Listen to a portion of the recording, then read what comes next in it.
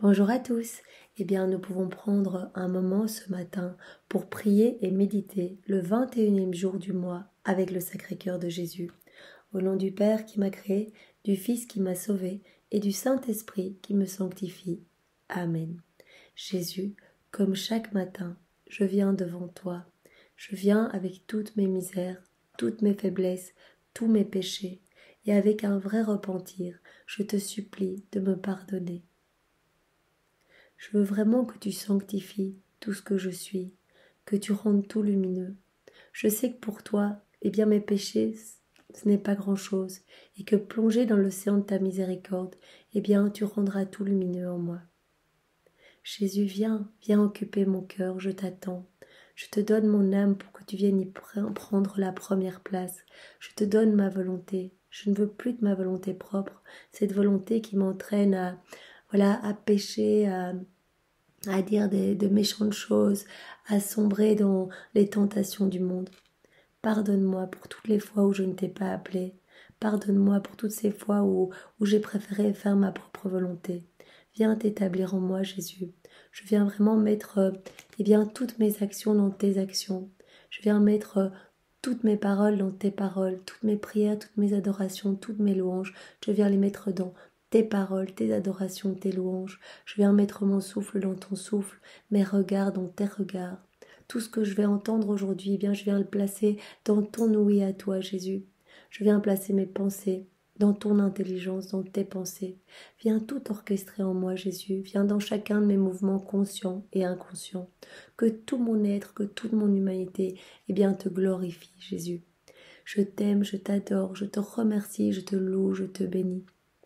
Au nom de tout, Jésus, dans ta divine volonté, avec ton amour, tes adorations, tes louanges, tes bénédictions, tes remerciements, Jésus. Et ce moment, je veux particulièrement te l'offrir, au nom de toutes les âmes qui te sont consacrées, au nom de tous les pécheurs obstinés de tous les temps, de toutes les âmes du purgatoire, de tous les agonisants. Jésus, sens-toi enveloppé vraiment de mon amour, constitué de ton amour, Jésus. Et maintenant, viens parler à travers ma bouche. Prends ce moment, empare-toi de ce moment et rends-le divin et éternel.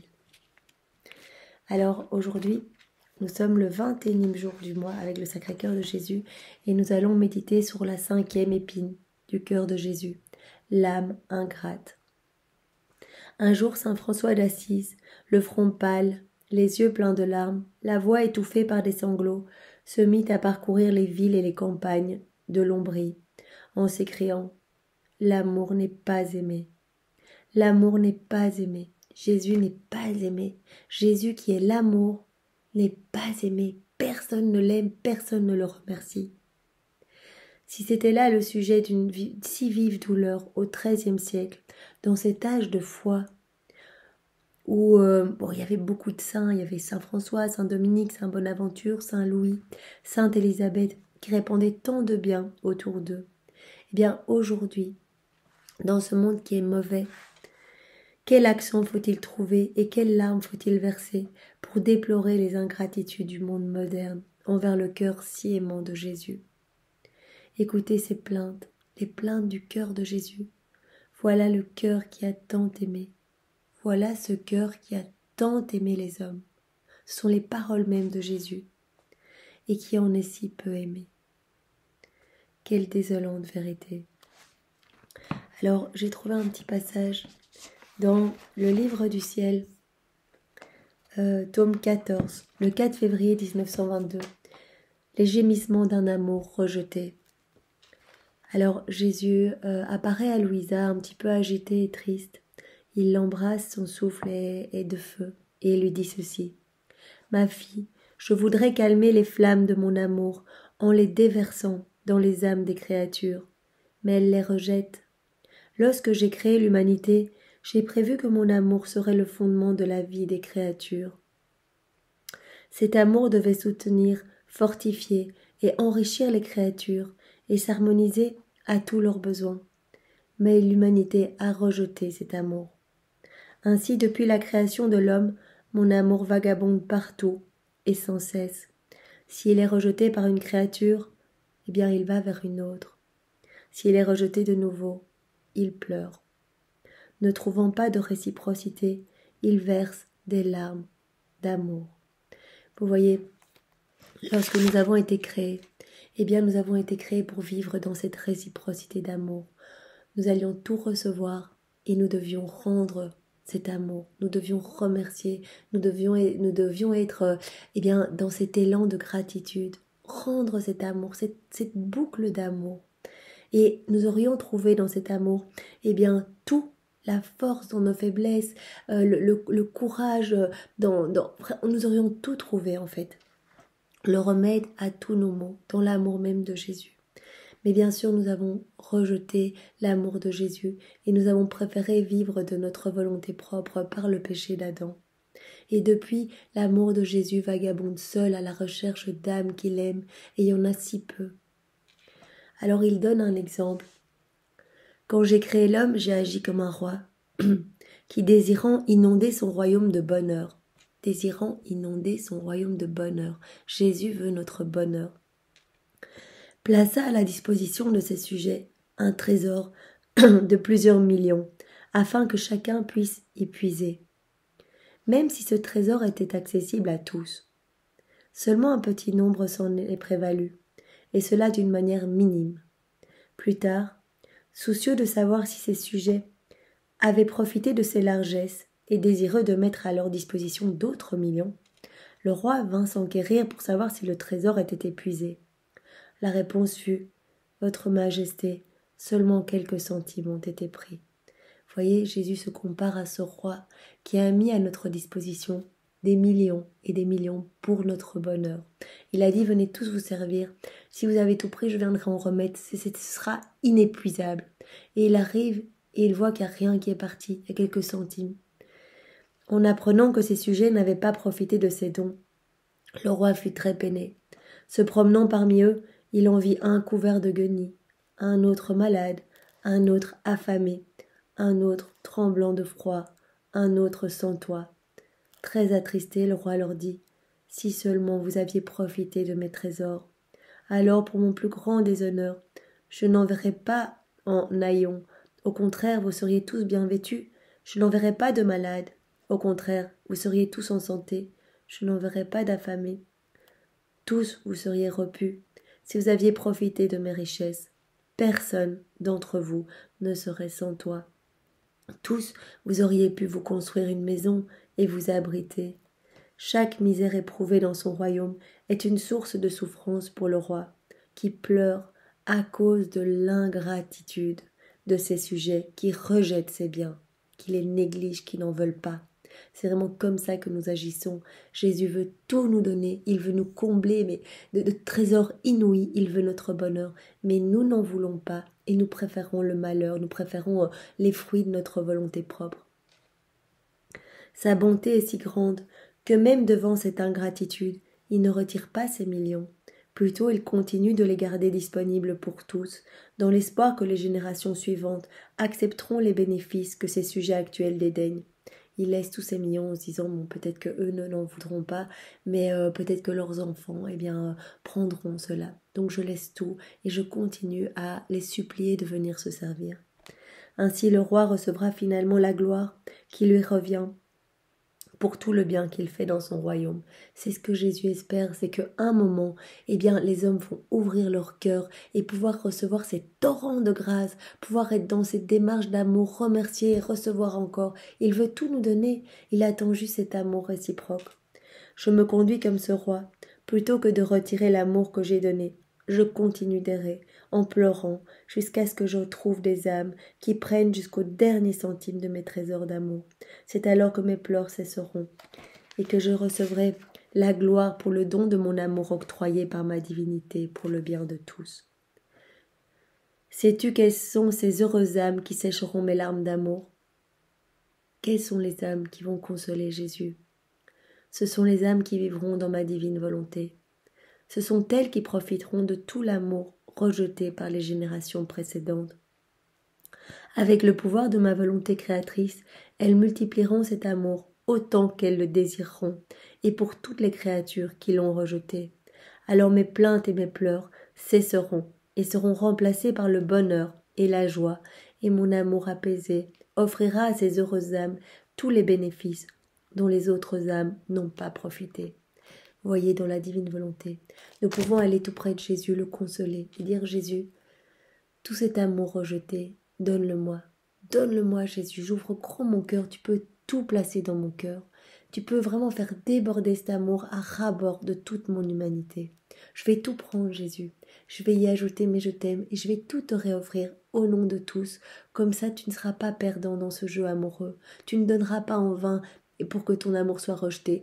Quelqu'un va accepter, des âmes vont accepter ton amour et vont t'aimer au nom de tous pour que tu reçoives cette réciprocité d'amour. C'est à cela que nous sommes appelés, à réparer au nom de tous, à aimer Jésus au nom de tous, à remercier au nom de tous, à demander pardon au nom de tous.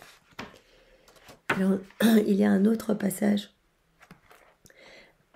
lors de la naissance de Jésus. Eh bien, Jésus, vraiment, il s'est montré grelottant à Louisa dans sa petite mangeoire. C'est dans le tome 13, le 25 décembre 1921. Donc vraiment, il grelotte, il a froid, il pleure et vraiment, il est transi. Et voilà ce qu'il dit à Louisa. « Crois-tu que c'était le froid de l'air qui me faisait grelotter ? Pas du tout. C'était la froideur des cœurs qui m'engourdissait. Ce fut leur ingratitude qui me fit pleurer amèrement dès le moment de ma naissance. Ma mère bien-aimée apaisa mes pleurs, malgré qu'elle pleurait elle-même. Nos larmes se mêlaient, et échangeant nos premiers baisers, nous avons épanché nos cœurs avec amour. Mais notre vie devait en être une de chagrin et de larmes. Elle se mit dans une mangeoire. Elle me mit dans une mangeoire, où je me mis à pleurer de nouveau, appelant mes enfants de mes gémissements et de mes larmes. Je voulais tellement les émouvoir par mes pleurs, je voulais tellement qu'ils m'entendent. Voyez que nos ingratitudes, eh bien, causent les larmes de notre Seigneur, de notre Sauveur. Mon cœur s'est réjoui en voyant qu'à travers ma volonté en toi se concentrait intégralement en toi tout ce que ma volonté avait apporté dans la création. Donc en fait, Jésus a vu directement les âmes qui allaient l'aimer dans sa divine volonté. Et ce sont ces âmes qui sont venues le consoler déjà dans sa mangeoire. Dans ma volonté, tout existait. Toutes les choses étaient pour moi comme concentrées en un seul point. Je t'ai vu. J'ai vu en toi ma petite famille de ceux qui allaient vivre dans ma volonté. Donc, il a vu toutes les âmes qui allaient essayer de racheter, de lui demander pardon, de le faire au nom de tous. Comme j'étais heureux de tout cela, vous apaisiez mes pleurs et me donniez de la chaleur. Vous établissiez un cercle autour de moi. Vous me défendiez de la tricherie des autres créatures, de leur ingratitude.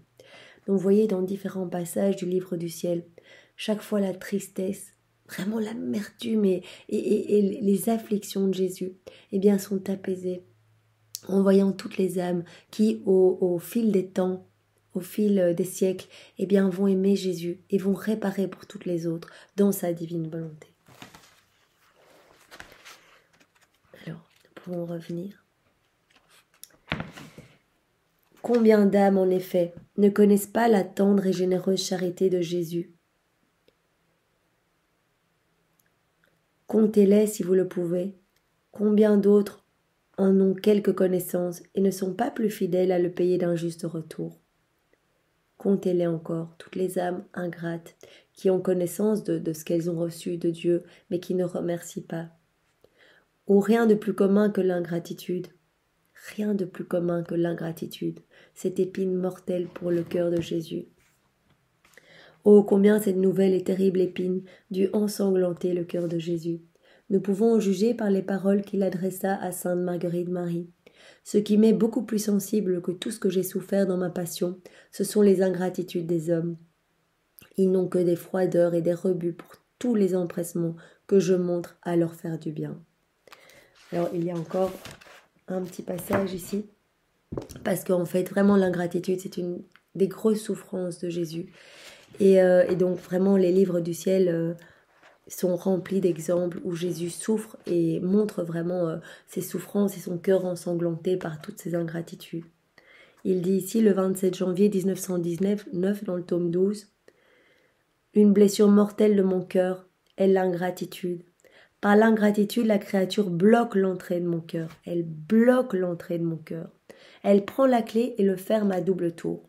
C'est comme si nous fermions le cœur de Jésus en disant « Nous ne voulons pas de tes millions ». Comme dans l'exemple où nous ne voulons pas de tes grâces. Nous préférons mourir misérablement et nous perdre. C'est vraiment ça l'ingratitude. Alors mon cœur se gonfle de chagrin parce qu'il voudrait déverser ses grâces et son amour, mais qu'il ne le peut pas. Nous empêchons Jésus de déverser ses grâces dans notre cœur. Il devient fou et perd espoir que sa blessure soit guérie. Le cœur de Jésus, mais délire complètement, il devient fou. Il se gonfle vraiment de toutes ces flammes d'amour, le rongent. Il a dit d'ailleurs que sa première passion, la passion vraiment qui l'a fait le plus souffrir et qui continue à le faire souffrir dans sa divinité, eh bien c'est tout cet amour rejeté, toutes ces ingratitudes, toutes ces méchancetés. Ça le brûle à un point inimaginable. On l'a vu dans les 24 heures de la passion. Eh bien, chaque fois que nous ne voulons pas unir nos mains à celles de Jésus, c'est un clou d'amour, un clou de feu dans sa main. Chaque fois que nous n'unissons pas nos pensées, c'est une épine. Que nous n'unissons pas nos paroles à celles de Jésus, eh bien c'est du fiel, du vinaigre. Chaque fois que dans nos mouvements, nous n'unissons pas nos mouvements à ceux de Jésus, eh bien c'est un coup, une flagellation, un transpercement. Vous voyez, et ce sont tous des clous, des épines, des flagellations, des fouets de feu. Et c'est ça, sa passion de l'amour. C'est sa première passion qu'il a vécue.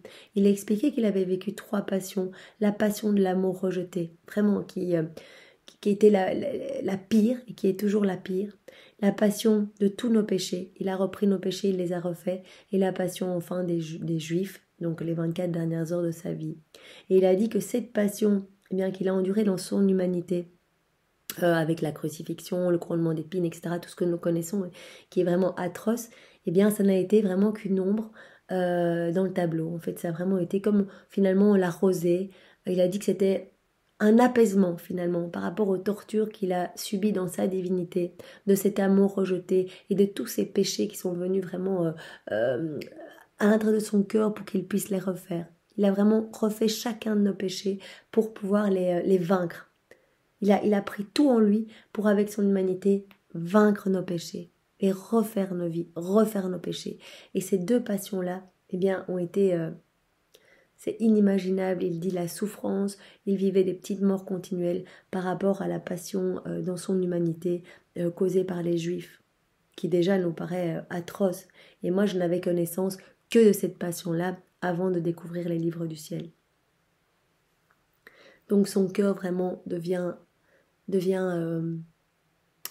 déchiré par tant d'ingratitude et lui donne une souffrance mortelle. Alors nous avons un autre passage dans le tome 13, le 20... Non, ça je l'ai déjà fait, ici, dans le tome 13, le 29 octobre 1921. Que de fois l'ingratitude humaine me laisse dans la noirceur, sans même la maigre lumière d'une lampe. Ainsi mon emprisonnement continue et continuera encore longtemps. Jésus revenant de nouveau ajouta, donc il vient près de Louisa, « Ma fille, tous sont chiches avec moi, même les bons. De quelle pingorerie ils font preuve envers moi, combien de restrictions envers moi, combien de choses que je leur dis et qu'ils comprennent à mon sujet, mais qu'ils ne révèlent pas. Voyez, c'est notre devoir aussi, et ça fait partie de notre reconnaissance envers notre Seigneur, d'être dans la gratitude, et une fois que nous avons compris, eh bien, certaines vérités du ciel, eh bien, propageons-les. Allons répandre le nom de Jésus ici sur la terre.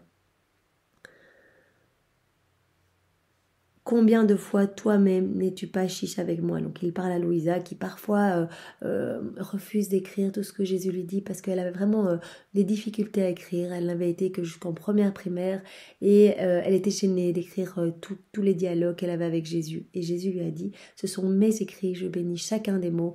Et ça va faire du bien à toute l'humanité. On doit passer par là. C'est vraiment le fiat de la sanctification et ça va aider des âmes à vraiment se transformer. Donc écris tout. Donc il lui dit combien de fois toi aussi tu n'as pas été ingrate à ne pas vouloir écrire. Combien de fois, soit que tu n'écrives pas ce que je te dis ou que tu ne le révèles pas. C'est un acte d'avarice par rapport à moi, parce que chaque nouvelle connaissance que l'on a de moi est une gloire de plus et un amour de plus que je reçois des créatures.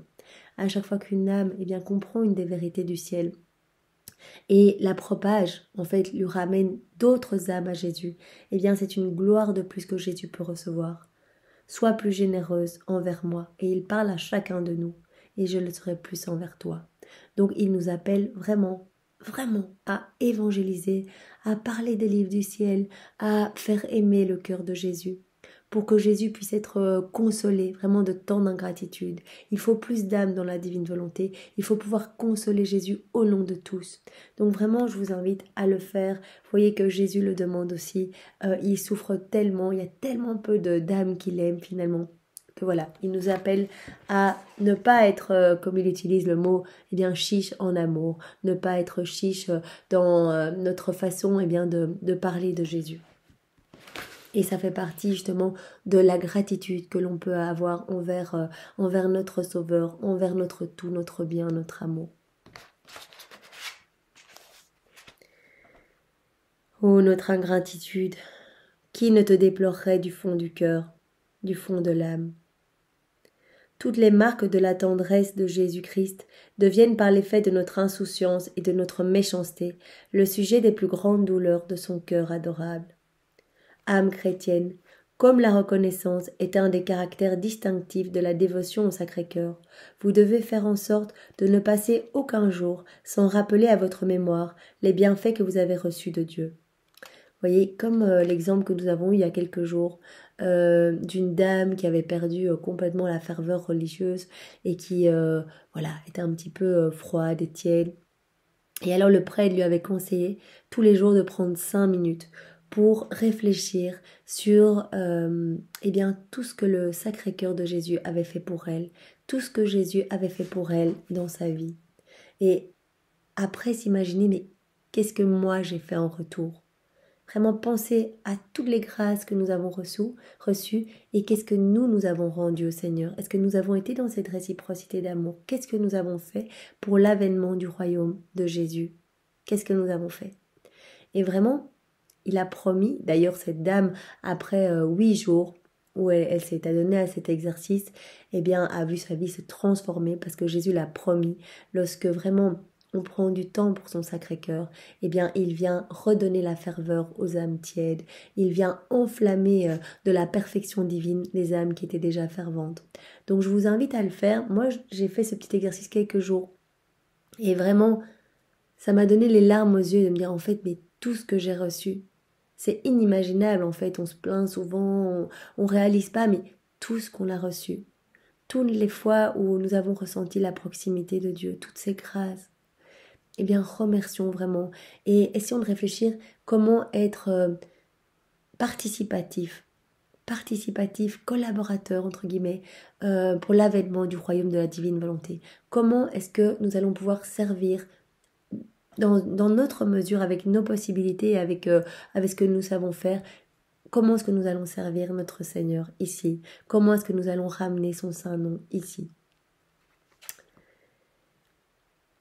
Donc, rappelons-nous vraiment de tout ce que Jésus a fait pour nous. Création, conservation, appel à la vraie foi, sacrements, tous les sacrements qu'il nous a laissés, c'est déjà, vraiment, ce sont déjà des cadeaux inestimables. Il nous donne la possibilité vraiment de nous laver par le sacrement de réconciliation. C'est fou, l'Eucharistie, mais quel cadeau, un remède à tous nos maux. Il faudrait vraiment que nous puissions aller communier tous les jours. C'est magnifique. Cœur de Jésus, grâce particulière.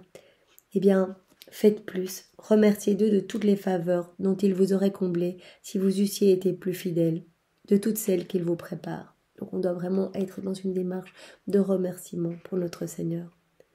Remerciez-le au nom de tous ceux qui, nourris de ses bienfaits, ne songent pas à lui en rendre grâce ou ne s'en servent que pour l'offenser. Nous pouvons vraiment remercier au nom de tous. La reconnaissance est la vertu des âmes nobles et généreuses, le plus sûr moyen d'attirer de nouveaux bienfaits. L'ingratitude, au contraire, en tarit la source. Jésus, donne-nous ton cœur si aimant. Nous l'offrirons à ton Père, et il acquittera pleinement le tribut de notre gratitude. Alors aujourd'hui, nous avons un exemple que l'abbé Berliou nous a donné. Donc on était en pleine terreur en 1871. Et alors, il y avait des captifs dans la prison de Mazas, donc des otages de la commune, qui allaient être fusillés en fait. Ils se préparaient à offrir à Dieu le sacrifice de leur vie. Et ils étaient dans la prière. Ils ne cessaient de redire au ciel et à la terre: Eh bien, Jésus, viens, viens, Seigneur Jésus, nous t'attendons. Et à ce moment-là, eh bien, il y a une dame protestante américaine qui est rentrée dans leur cellule et qui, à la demande d'un prêtre, eh bien, leur a amené une petite boîte. Et dedans, il y avait plusieurs hosties consacrées. Quelle joie, quelle consolation pour nos chers prisonniers. Alors l'un d'eux s'écriait: Je ne suis plus seul, j'ai notre Seigneur pour hôte dans ma petite cellule. Je me crois au jour de ma première communion, et je verse des larmes de joie.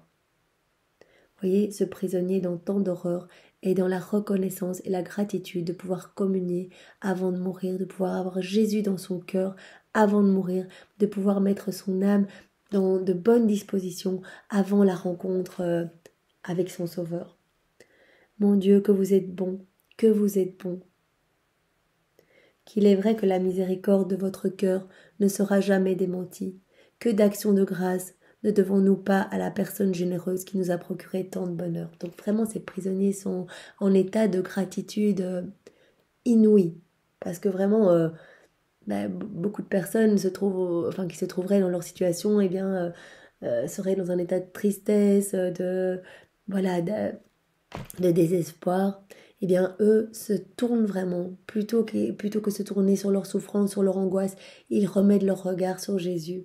Et ils voient vraiment ce cadeau de recevoir ces hosties consacrées. Nous ne cessons de prier pour elle. Donc ils ont commencé à prier pour cette dame protestante. Et nous souhaitons que le don qu'elle nous a fait lui soit rendu à elle-même, surtout au jour des épreuves. Donc le 24 mai, eh bien, c'est l'heure de leur exécution. Munis du viatique sacré, donc ils ont communié les hosties, ils ont communié donc Jésus. Et donc Jésus dans leur cœur, les saints otages allaient finir leur vie dans le sein de Dieu. On entendit un feu de peloton, puis quelques coups détachés. C'en était fait, il n'y avait plus de victimes, mais des martyrs. Donc ils sont morts en martyrs, mais vraiment avec Jésus dans leur cœur. La prière de leur reconnaissance. Donc vraiment, dès que nous prions et que nous remercions, ces prières arrivent, mais comme des flammes d'amour, comme des retours d'amour dans le cœur de Jésus. Et Jésus vraiment s'en émeut. Et ici, ces prières de reconnaissance, eh bien, n'ont pas été stériles. La dame protestante qui leur avait apporté les saintes hosties a reçu en échange du cœur de Jésus, eh bien, le don de devenir catholique. Qui a su trouver un céleste trésor au milieu des horreurs d'un siège qui a anéanti tant de richesses? En retournant en Amérique, cette dame dira partout combien les martyrs français sont reconnaissants et le cœur de Jésus généreux. Donc elle a vraiment été touchée et elle a été convertie, elle est devenue catholique. Donc vraiment le cœur de Jésus est venu travailler le cœur de cette dame. Divin cœur de Jésus, je te bénis et te remercie de toutes les faveurs que tu m'as accordées malgré toutes mes infidélités et mes ingratitudes. Merci aussi de toutes celles dont tu as comblé mes parents, mes amis, mes bienfaiteurs. Je t'offre en retour les actions de grâce des âmes ferventes, celles de la Sainte Vierge et des saints. Et sans cesse, je redirai avec ton prophète: Louez le Seigneur, parce qu'il est bon et que sa miséricorde s'étend sur les siècles. Ainsi soit-il. Alors nous pouvons terminer par la prière de consécration au cœur de Jésus, au Sacré-Cœur de Jésus, et nous pouvons le faire dans sa divine volonté au nom de tous.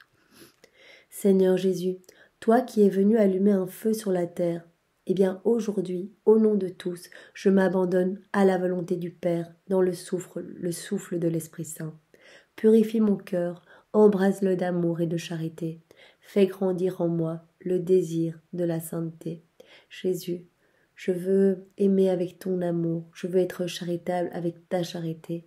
Viens embraser mon cœur et viens vraiment me donner l'unique envie de devenir une sainte. Et je te le demande pour tous les hommes, que ce soit l'unique but de notre vie, le seul désir de notre vie, de devenir des saints et de te plaire, Seigneur. Et de te glorifier par notre vie. Par le cœur immaculé de Marie, eh bien nous venons tous ce matin, toute l'humanité, du premier homme au dernier, eh bien nous consacrer tout entier à ton cœur pour t'aimer et te servir durant notre vie et après notre vie à notre mort. Et nous pouvons terminer par la prière de Sainte Marguerite Marie. Jésus, toi qui as dit en vérité, je vous le dis, demandez et vous recevrez, cherchez et vous trouverez, frappez et l'on vous ouvrira. Eh bien Jésus, voici que je frappe ce matin. Je viens devant toi, je frappe et je cherche. Je te demande vraiment la grâce pour chacun d'entre nous de vivre dans ta divine volonté et la grâce de te plaire, Jésus. Cœur sacré de Jésus, j'ai confiance en toi. Cœur immaculé de Marie, eh bien intercède pour chacun de nous. Notre Père, qui es aux cieux, que ton nom soit sanctifié, que ton règne vienne, que ta divine volonté soit faite sur la terre comme au ciel. Donne-nous aujourd'hui notre pain de ce jour. Pardonne-nous nos offenses, comme nous pardonnons aussi à ceux qui nous ont offensés. Et ne nous laisse pas entrer en tentation, mais délivre-nous du mal. Amen.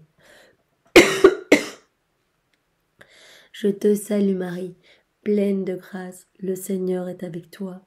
Tu es bénie entre toutes les femmes, et Jésus, ton enfant, est béni. Sainte Marie, Mère de Dieu, prie pour nous pauvres pécheurs, maintenant et à l'heure de notre mort. Amen. Que toute gloire soit rendue au Père, et au Fils, et au Saint-Esprit, comme il était au commencement, maintenant et toujours, et dans les siècles des siècles. Amen. Jésus, toi qui as dit, en vérité je vous le dis, tout ce que vous demanderez à mon Père, en mon nom, il vous l'accordera.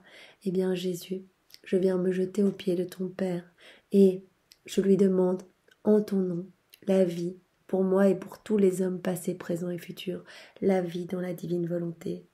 Je lui demande de nous remplir de plus de toi, Jésus, de plus de lumière, de plus d'amour. Cœur sacré de Jésus, j'ai confiance en toi. Cœur immaculé de Marie, intercède pour chacun de nous. Notre Père qui es aux cieux, que ton nom soit sanctifié, que ton règne vienne, que ta divine volonté soit faite sur la terre comme au ciel. Donne-nous aujourd'hui notre pain de ce jour. Pardonne-nous nos offenses, comme nous pardonnons aussi à ceux qui nous ont offensés. Et ne nous laisse pas entrer en tentation, mais délivre-nous du mal. Amen. Je te salue Marie, pleine de grâce, le Seigneur est avec toi. Tu es bénie entre toutes les femmes, et Jésus, Jésus qui veut tout nous donner, Jésus qui veut déverser mais des torrents de grâce dans nos cœurs, ton enfant est béni. Sainte Marie, Mère de Dieu, prie pour nous pauvres pécheurs, maintenant et à l'heure de notre mort. Amen. Que toute gloire soit rendue au Père, et au Fils, et au Saint-Esprit, comme il était au commencement, maintenant et toujours, et dans les siècles des siècles. Amen. Jésus, toi qui as dit en vérité, je vous le dis, eh bien le ciel et la terre passeront, mais mes paroles ne passeront jamais. Et Jésus, je m'appuie sur l'infaillibilité de tes paroles, et je te demande la grâce de la vie dans la divine volonté, de plus d'amour pour toi, Jésus, de plus de reconnaissance. Viens complètement habiter en chacun de nous, Jésus. Je le demande pour moi, mais je le demande aussi pour tous les hommes, passés, présents et futurs, dans ta divine volonté, Jésus. Cœur sacré de Jésus, j'ai confiance en toi.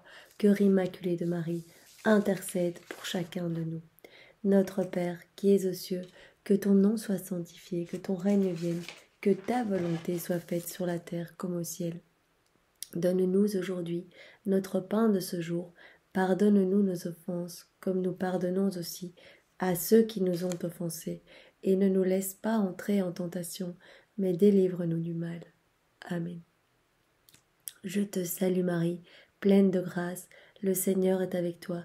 Tu es bénie entre toutes les femmes, et Jésus, ton enfant, est béni. Sainte Marie, Mère de Dieu, prie pour nous pauvres pécheurs, maintenant et à l'heure de notre mort. Amen. Que toute gloire soit rendue au Père, et au Fils, et au Saint-Esprit, comme il était au commencement, maintenant et toujours, et dans les siècles des siècles. Amen. Ô cœur sacré de Jésus, toi qui es vraiment la compassion et la miséricorde, eh bien, aie pitié de nous pauvres pécheurs, accorde à nous la grâce que nous te demandons, la grâce de vivre dans ta divine volonté, par l'intercession du cœur immaculé de Marie, notre tendre maman, et par l'intercession de Saint Joseph, eh bien, ton Père adoptif. Marie, nous prenons ta main. Saint Joseph, nous prenons ta main aussi, et vraiment bien entouré de vos deux cœurs unis, eh bien, je vous demande, au nom de tous, de me conduire dans le cœur sacré de Jésus. Je veux vraiment vivre au milieu de vos trois cœurs unis.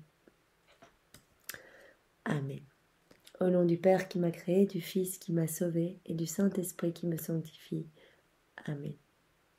Eh bien, c'est dans la divine volonté de Jésus, au nom de tous, que nous avons pris ce moment pour méditer ce jour avec le Sacré-Cœur de Jésus. Soyez tous bénis et n'oubliez pas aujourd'hui, essayez vraiment à chaque instant de remercier Jésus au nom de tous, dans sa divine volonté, avec ses propres remerciements. Voilà, bonne journée à tous, au revoir.